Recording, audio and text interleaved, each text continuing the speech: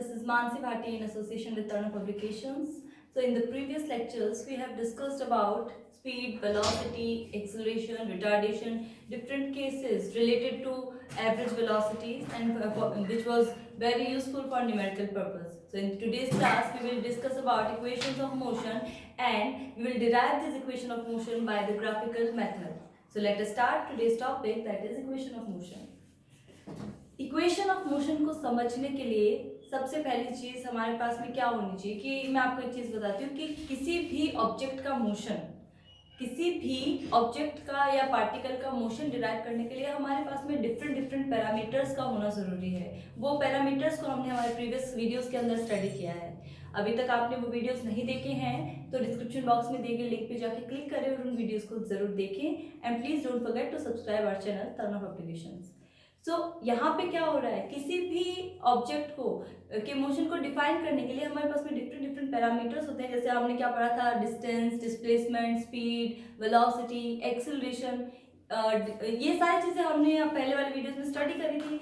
अब यहाँ पे क्या है, उन्हीं पैरामीटर्स को हमने क्या किया, इन फॉर्म ऑफ इक्वेशन हम स्टडी करते हैं ताकि कोई भी अननोन पैरामीटर को हम निकाल सके। इसलिए हम इक्वेशन ऑफ मोशन का यूज करें, means to describe the motion, to describe the parameters for that particle we will use these equations of motion. और ये जो इक्वेशन ऑफ मोशन है, इनके लिए कंडीशन होती है कि ये इक्वेशन ऑफ मोशन सिर्फ तभी एप्लीकेबल है जब आपका मोशन यूनिफॉर्मली एक्सेलरेटेड हो।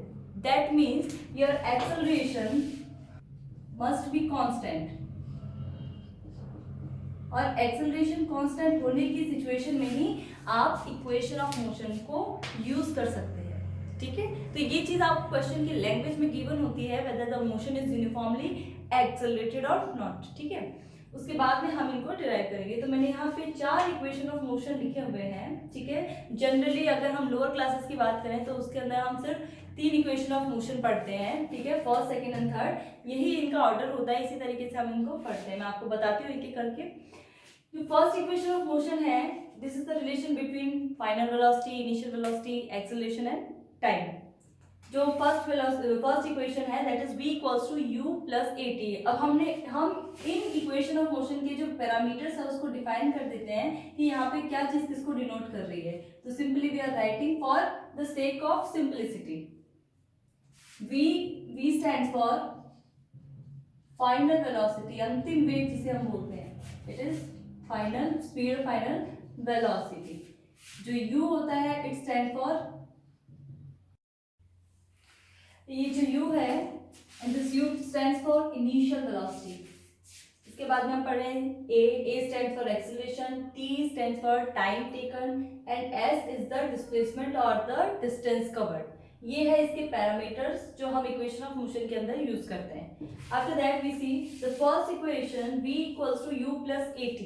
ठीक है, this is the relation between final velocity, initial velocity, acceleration and the time taken. This is the first equation of motion. अगले की बात करें, second equation, this is s equals to ut plus half at square. This is the quadratic equation in terms of t। Time के term के अंदर ये एक quadratic equation है, द्विघात समीकरण है।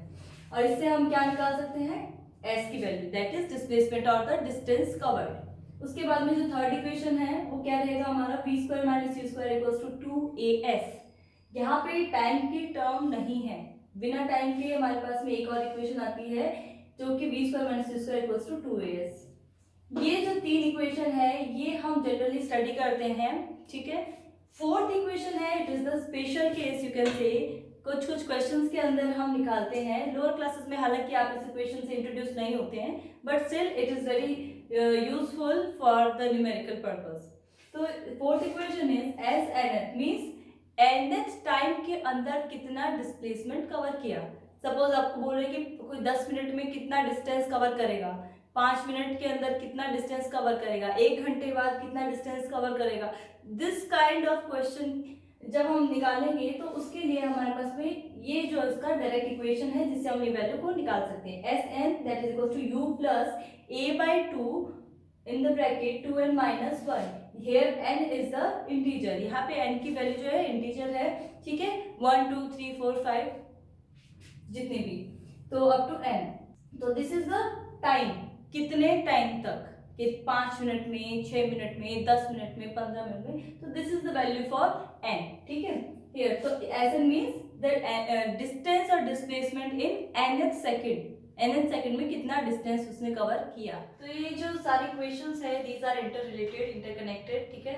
एक से हम दूसरे की वैल्यू निकाल सकते हैं। क्वेश्चन के अंदर भी आपको इस तरीके की लैंग्वेज गिवन होती है कि आपको पहले एक वेरिएबल निकालना पड़ता है और उस वेरिएबल को या उस पैरामीटर को आपको जो फाइनल आपका आंसर होता है उसकी जो इक्वेशन होगी उसके अंदर आपको पुट करना है, then you will find your answer. तो अब हम इन्हीं इक्वेशन को जो आपने ये देखी इनका हम डेरिवेशन करेंगे अभी by the graphical method. Graphical method से हम इन सारी इक्वेशन को, इन तीनों इक्वेशन को निकालना सीखेंगे। This is the special case, तो आप इसको अभी के लिए सिर्फ आप इसे याद करेंगे, हम इसका डेरिवेशन नहीं कर रहे हैं और ये निकलता भी इससे है, मैं आपको एक्सप्लेन करूंगी आगे। So let us start this derivation. So now we will derive the equation of motion by graphical method. So here is the graph. ये velocity time graph हमने लिया है, जो ग्राफ हमने पहले वीडियोस के अंदर स्टडी की है। जो तो BT graph always gives the acceleration. Simple एक ग्राफ है, यहाँ पे हमने इस तरीके से इसको डॉटेड लाइन से डिनोट किया है, ठीक है। तो ये जो, क्योंकि ये टाइम का एक्सेस है तो हमने कितनी डिस्टेंस को हमने क्या कंसीडर कर लिया, t, स्मॉल t से हम इसको कंसीडर कर रहे हैं, इस लेंथ को कितनी, OC लेंथ t है, स्मॉल t। उसके बाद में जो OE लेंथ है, क्योंकि ये ग्राफ हमने पहले भी स्टडी किया है बीटी ग्राफ के अंदर, तो ये क्योंकि ग्राफ यहाँ से ऑरिजिन से स्टार्ट नहीं हो रहा है, यहाँ से स्टार्ट हो रहा है, तो ये जो वैल्यू है ये किसकी होगी, क्योंकि ये y एक्सिस पे क्या है, वेलोसिटी लिया है हमने, तो ये OA की जो वैल्यू है it is small u, that is initial velocity. ये हमने इनिशियल वेलोसिटी ली है, क्योंकि ये यहाँ पे हमने कंस्ट्रक्शन किया है, इसको इस तरीके से मिला दिया डॉटेड लाइन से। तो आप ये देखिए कि रेक्टेंगल एक तरीके का फॉर्म हो रहा है, ये OADC, this is the rectangle. तो अगर ये small u that is initial velocity, तो इसकी जो ऑपोजिट साइड होगी by the property of the rectangle, तो opposite sides will be equal, so DC will also be equals to u that is initial velocity. और अगर हमने इसको OC की वैल्यू को हमने क्या लिया है, स्मॉल t लिया है, तो here AD will also be equals to this side that is t। ये लेंथ भी कितनी हो जाएगी, t के इक्वल हो जाएगी।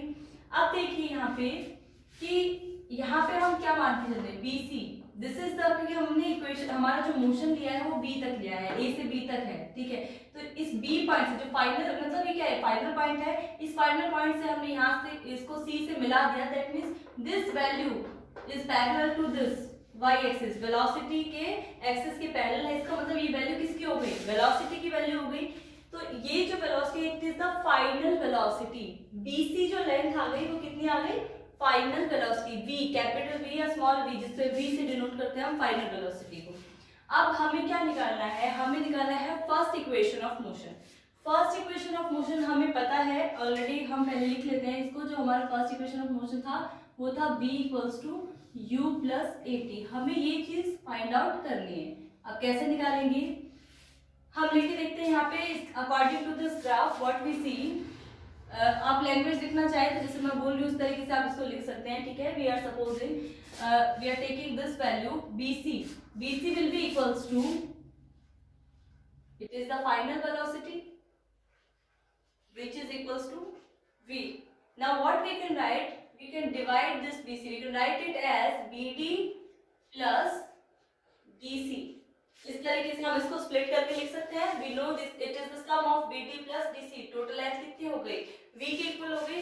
सिर्फ लेंथ है, उनको हम इन अलजेब्रिक पैरामीटर्स में मेजर कर रहे हैं और वही हमने नोटेशन यहाँ पे दिया हुआ है, ठीक है। और इसी से हम हमारी इक्वेशन को निकालेंगे यहाँ पे। तो we can write this value V equals to BD plus, अब DC की वैल्यू हमने पहले ही देख ली अकॉर्डिंग टू दिस ग्राफ। अगर OA की वैल्यू कितनी है, स्मॉल u है, इनिशियल वेलोसिटी है, क्योंकि ग्राफ जीरो से स्टार्ट नहीं हो रहा है, तो ये जो DC होगी इसके ऑपोजिट साइड है, इसकी वैल्यू भी क्या होगी, u। That means we know value of DC also, so we will write here BD plus u। ये हमारे पास में इक्वेशन आ गई यहाँ से। अब देखिए आप what we can write, we have to find the value of BD, कि हमारे पास में BD की वैल्यू नहीं है। तो what we will write, by this equation we can write v minus u equals to BD, and what is that, v minus u, v is final velocity, u is initial velocity, so final velocity minus initial velocity, that means it is the change in velocity, इसको हम क्या लिख सकते हैं, it is change in velocity.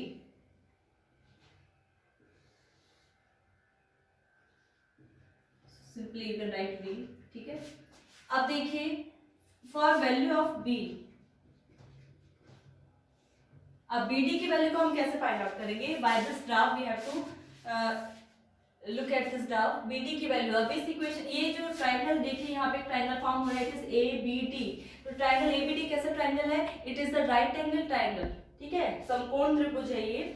वहां से हमें निकालनी है वैल्यू किसकी, एक्सेलरेशन की। अब आप एक्सेलरेशन की हम बात करते हैं तो एक्सेलरेशन का फॉर्मूला क्या होता है, it is change in velocity divided by time. Simply we can write, तो चेंज इन वेलोसिटी क्या है, change in velocity is bd, bd we have to find, change in velocity is v minus u by t which is equals to bd। यहाँ पे हम पहले ही निकाल चुके हैं इस चीज को, तो bd divided by t and which is equals to a। अब हमें इस इक्वेशन से क्या निकालनी है, हमें निकालनी है bd की value. we will simply cross multiply this value and we will get the value of bd, bd equals to a t। ये वैल्यू हमारी यहाँ से निकल के आ गई, ठीक है। तो bd equals to 80। अब इस 80 को हम कहाँ पुट करेंगे, suppose this is equation number 1, so we will put this value of bd in equation 1 and by putting the value what we will get the our first equation, that is b equals to u plus bd की value हम यहाँ पे put कर देंगे जो अभी हमने निकाली है, it is 80। so this will be the first equation।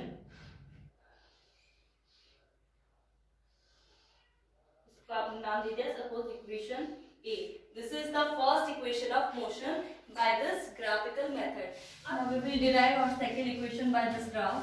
So now as we have to find the second equation, so we are having our, first we will write the equation what is given, it is s equals to ut plus half at square।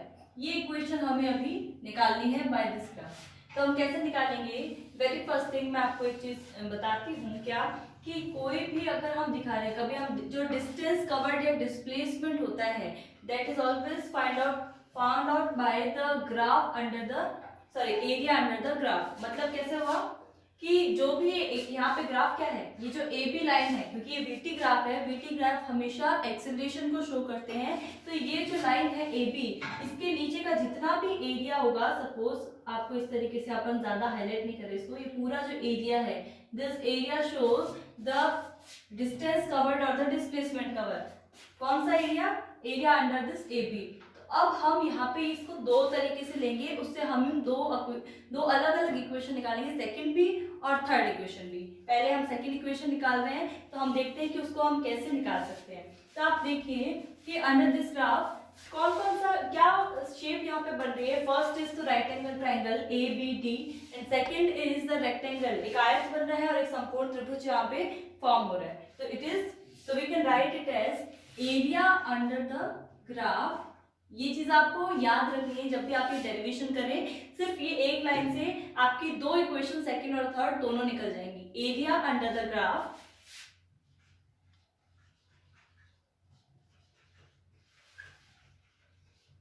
that is equals to the distance covered, the distance or the displacement, distance covered by the particle,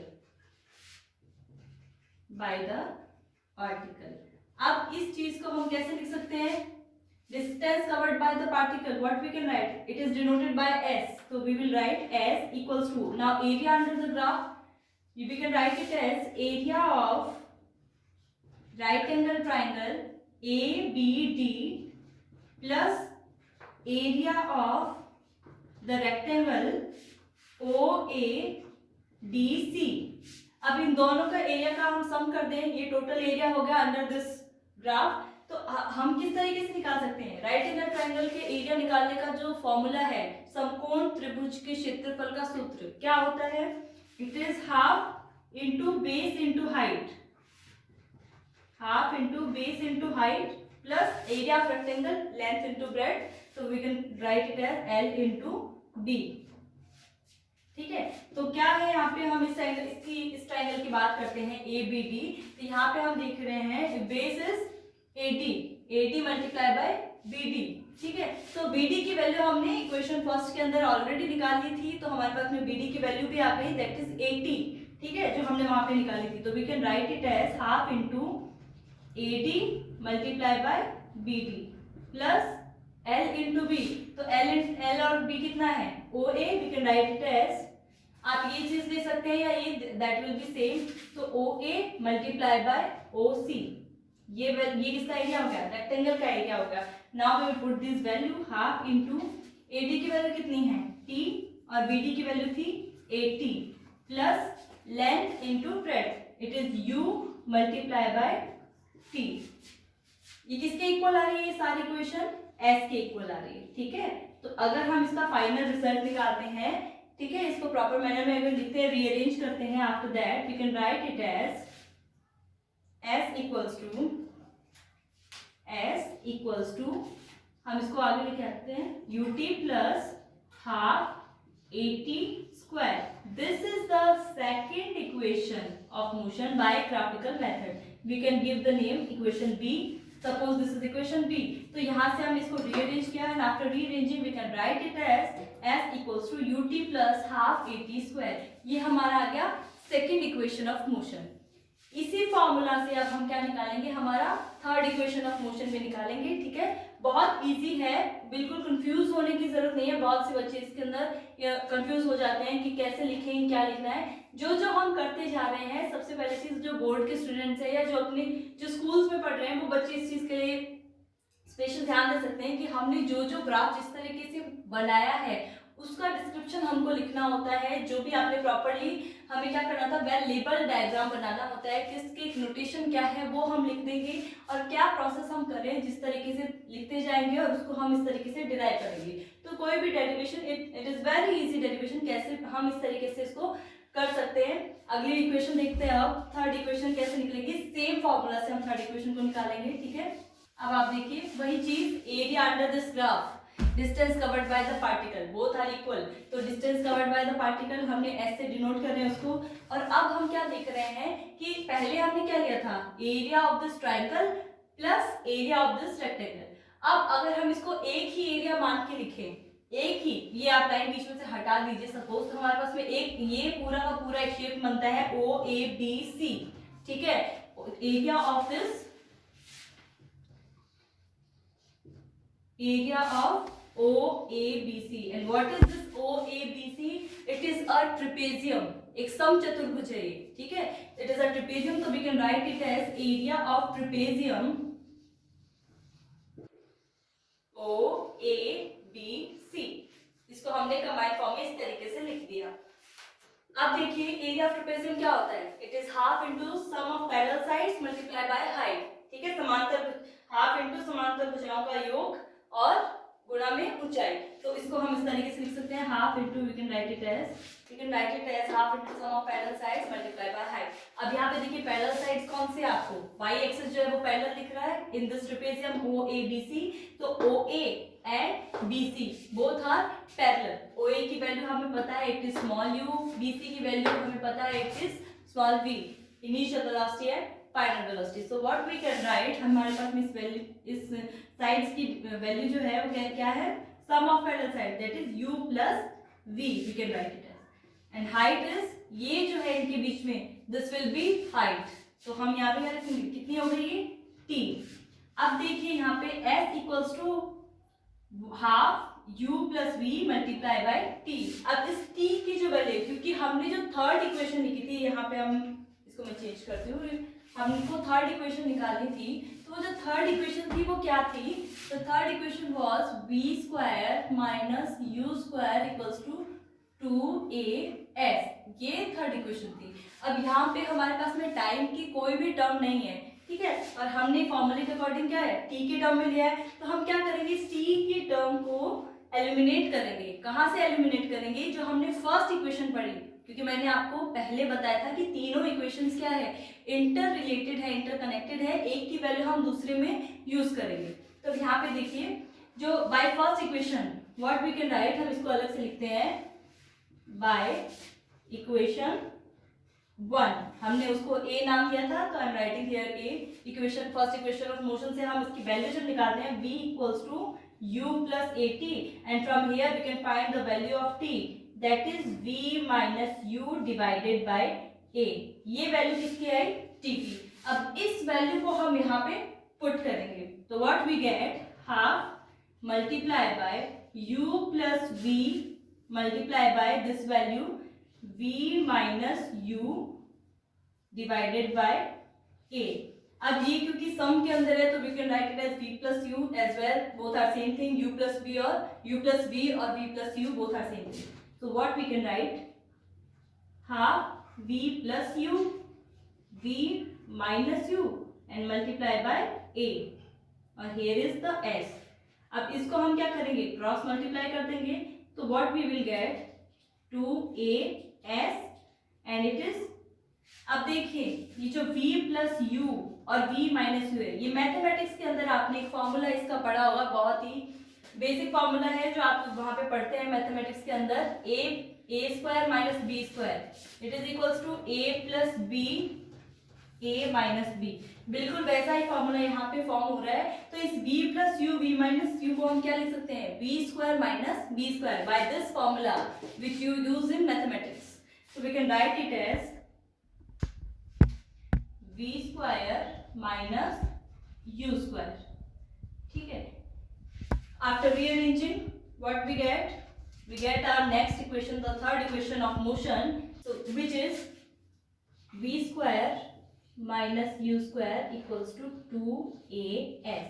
This is the third equation of motion by this graphical method. We can give it the name equation C. So all three equations we have derived from this graph, this velocity time graph, ठीक है। So this is all about today's class. In this we have studied about the equation of motion, all four equations. This is the special case we have discussed, and the derivation of these three equations by this graphical method. Don't forget to subscribe our channel. Till then, stay tuned with Tana Publications. Stay at home, stay safe. Thank you.